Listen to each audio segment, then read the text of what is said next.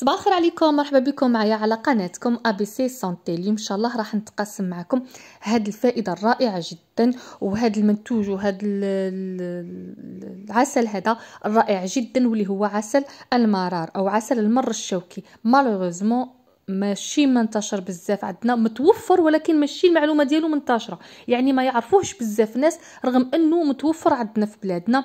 هاد النبته هذه اللي هي نبته المرار او المر الشوكي، او ايضا السبط في الدول مجاوره، دول عربيه يقولوا له المارير او الدردير او القنطاريون. هادو هما الاسماوات اللي صبتهم. اون فرونسي نقولوا له ميال دو سونتوري، ماشي دو سونتوري جون، ماشي لا بتيت سونتوري. يعني هاد النبته هذه لا سونتوري فيها بزاف انواع. العسل هذا مستخلص من لا سونتوري جون، جايه نبته شوكيه فيها هكذا ورود هكذا يكونوا جون، يكونوا صفراء بشكل كروي، يشكلون راس كروي، وفيها الاوراق ديالها خضرين، يكونوا حرشين واحد شويه خشن وحرشين، وتعطي ابر، يعني تعطي الشوك بوينتو، يعني ابري هكذا. هاد النبته هذه رائعه جدا، يستخلص سبحان الله العظيم. واصلا العسل اللي يكون من اصل شوكي يكون فائده ديالو مرتفعه بالبزاف. العسل هذا يعطيك ذوق مر، ما يعطيكش ذوق الحلاوه تاع العسل العادي، يعطيك ذوق مر. على هذا صعب الغش فيه وصعب التحويل ديالو، يعني صعب يضيفوا له سكر وكلش، بالخف يبان.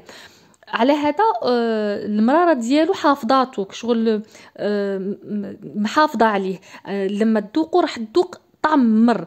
وعلى هذا ايضا هو مفيد جدا لمرضى السكري او اي شخص يخاف من ارتفاع نسبه السكر في الدم، سواء يتبع حميه او مقاومه انسولين او هذا الشيء هذا.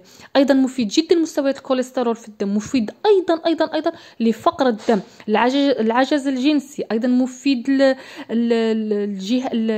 مشاكل الجهاز التنفسي. وهذا علاش انا استعملته وشريته على جال الجهاز التنفسي. وعارفين الفتره هذه تاع السعله ونتاع البرد رائع جدا في استخراج البلغم، في طرد البلغم، في كل مشاكل الجهاز التنفسي، ايضا لنزلات البرد، وايضا لمشاكل الام المفاصل، التهابات المفاصل. رائع جدا جدا جدا لهذا المشكل هذايا.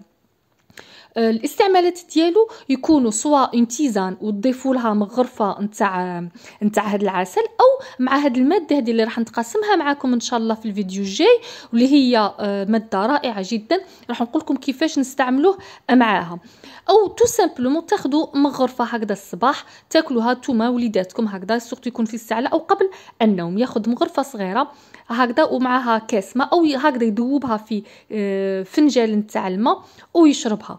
يعني رائعه جدا للسعال، نزلات البرد، للبلغم، القلق، ما قلت لكم الم المفاصل. وايضا مفيد لمرضى السكر، ما حش يطلع نسبه السكر في الدم. حبيت ان شاء الله نفيدكم بهذا النبته هذه وبهذا العسل هذايا. منتشر عندنا في الجزائر الحمد لله، ولكن ماشي معروف بالبزاف. ان شاء الله يا ربي نكون فدتكم، ونتلاقاو ان شاء الله في فيديو اخر.